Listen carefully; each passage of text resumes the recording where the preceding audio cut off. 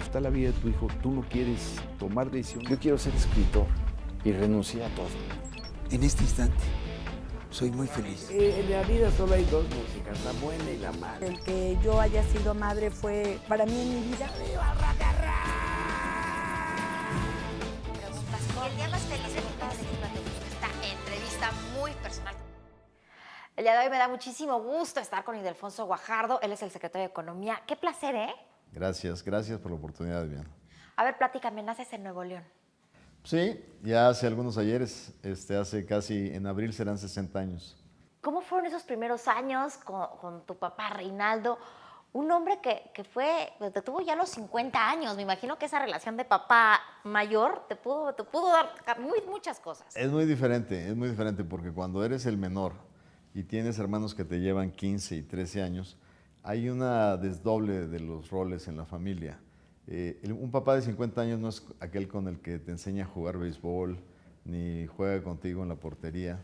Ese es el papel que toman ya los hermanos mayores. Pero sí tienes una relación mucho más profunda, de un hombre mucho más sensato y más preparado. Sin duda hay una influencia distinta. Es un hombre que te hereda principios, valores, conducta, y entonces es mucho más profundo. Pero sí son como figuras que vas complementando a través del tiempo, ¿no? Y te hace una relación especial.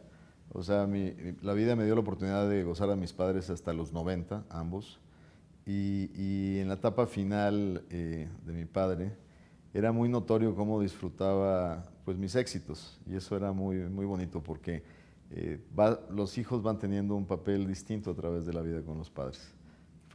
Yo soy afortunado, tengo una familia muy unida. El menor de 6 hermanos. De 6. Que eras tremendo.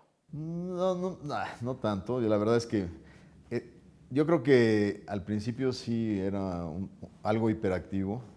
Vivíamos en el centro de Monterrey. Mis papás llegaron al 47 de un pueblo que se llama Lampazos, del norte del estado, y pusieron una tienda de abarrotes. Y sí hay historias de hiperactividad que me le salía yo a los 4 años y de repente veía un coche abierto y me trepaba nomás para ver el coche, ¿no? Y sí hay historias donde me tenían que amarrar al barandal de la escalera. Entonces siempre le dije a mi mamá que tenía una demanda pendiente en derechos humanos por abuso infantil. Pero luego esos niños son los que acaban también, si te encausan bien, haciendo muchas otras cosas a futuro. Entras a la escuela, en algún lugar leí que no eras tan buen estudiante en secundaria. A ver, no es de excelencia absoluta, pero sí, yo entré a la escuela pública primaria de mi colonia. Habíamos vivido en el centro de Monterrey, yo nací en el centro de Monterrey, y fui el primer año a una escuela muy bonita que es arquitectura art déco, que se llama Venustiano Carranza, en la calle de Madero. Pero ya de ahí mi papá nos mudamos a una colonia que se llama la Colonia Linda Vista en Guadalupe, y ahí asistía a una primaria pública que es la Santiago Roel. Y la verdad es que el primer año de secundaria a lo mejor no era así tan destacado, como después sí lo fui yo creo en mi carrera, pero sí, pues no era de reprobar, ¿no? O sea, pasaba mis cursos. Y adicionalmente, desde muy temprano, yo entré a la Universidad de Nuevo León desde la preparatoria, y entré a una preparatoria muy emblemática, Colegio Civil, la Preparatoria 1, donde está el aula magna de la Universidad Autónoma. Y desde el primer día participé en política estudiantil. Entonces sí me expresaba en un terreno amplio de actividades y me sirvió mucho en formación. Te tengo que confesar que me tocaron tiempos difíciles. Yo estaba en la preparatoria justo cuando acaba de ocurrir el Jueves de Corpus, aquel famoso verano del 71, y me toca una controversia política muy dura, cuando el gobernador Elizondo de alguna manera fue obligado a dimitir a su cargo por el presidente Echeverría, y la universidad estaba contaminada por grupos que se confrontaban en ese proceso. Y era una época, bueno, en toda América Latina, o sea, aquí en México infinitamente mucho más ligera, pero muy politizada, ¿no? Muy politizada.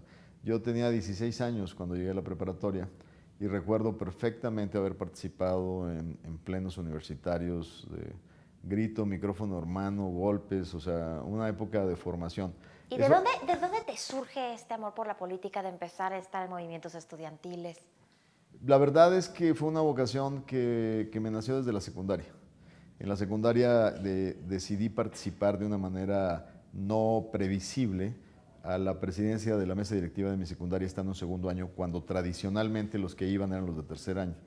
Y yo creo que yo la gané, fue la primera vez que me robaron una elección, creo que la gané, pero no me la reconocieron. Y ahí empezó mi gusto por la participación en actividades públicas o de proselitismo. Bueno, entras a estudiar economía sin ser tu primera opción porque finalmente querías entrar a estudiar, creo que derecho, y tendrías que haber esperado tiempo. O sea, hiciste la chamba de investigación. No, fíjate que ahí, en eso, lo que pasó fue que la economía en aquellas épocas todavía no era una materia que en un lugar como Monterrey fuera tan dominante, y yo desconocí un poco el ámbito de operación. Yo sabía que quería una carrera que me acercara al servicio público. Y a la política. Al servicio público y de alguna manera después a la política. Y cuando estaban las opciones, podía ser abogado, podía ser economista, pero vi que la calidad de las escuelas en la Universidad de Nuevo León eran diferenciales.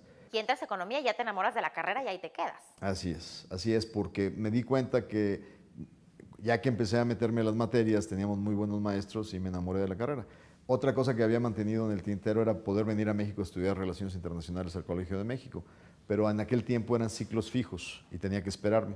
Pero ya cuando se abrió el ciclo, yo estaba muy enamorado ya de la carrera que había escogido, o sea, ya estaba muy bien. ¿Y de posgrado te vas a Pensilvania? Primero, como todo mexicano que ha transitado en escuelas públicas, la calidad de mi inglés, pues yo solo tenía un inglés de lectura, porque muchas lecturas en mi escuela de economía. Pero ahora tienes un muy buen inglés. Pero déjame decirte cómo fue. Yo estoy terminando la carrera en el último semestre y me doy cuenta que para poder competir en un mundo donde había muchos doctores en el ITAM y en México y en todas partes, había que ir a estudiar al extranjero.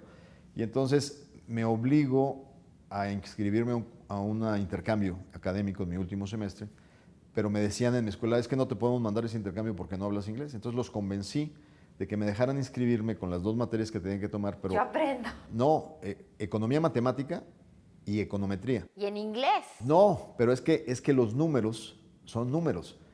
Así vayas a China o vayas a Alemania, cuando tú vas a hacer ecuaciones, tus exámenes no son un problema, porque el idioma matemático y estadístico es universal.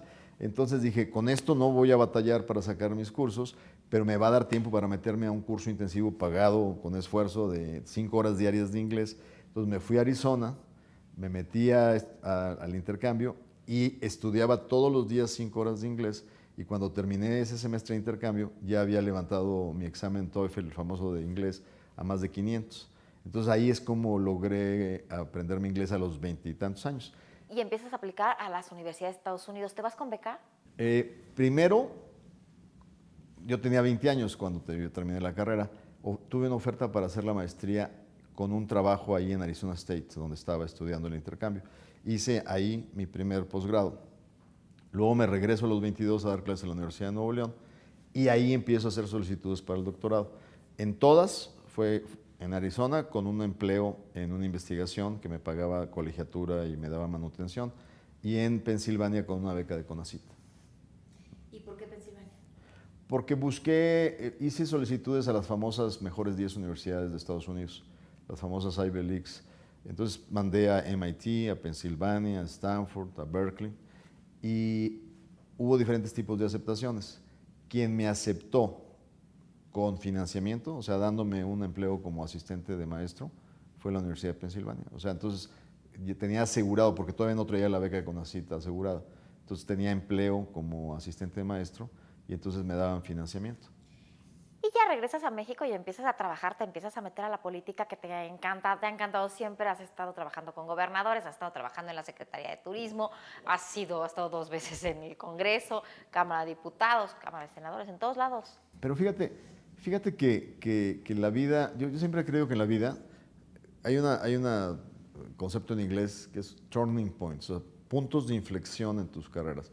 Yo creo que más que haya estado, realmente todos los de mi generación que empezamos con un afán del servicio público, estamos integrados a una generación que se nos consideraba los tecnócratas del servicio público, porque éramos aquellos que nos habíamos educado, especializado en conocimiento, y éramos muy útiles para los políticos.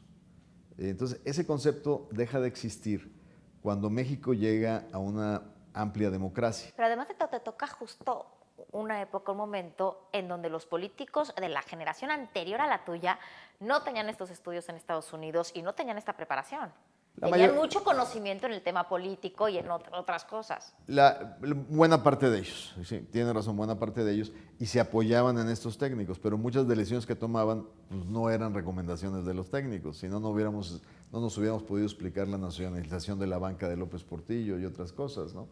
Pero lo que sí es interesante es que cuando se viene la alternancia en el poder y el partido para el cual indirectamente todos trabajábamos durante muchos años, pierde la presidencia de la República, todos nos tenemos que reinventar.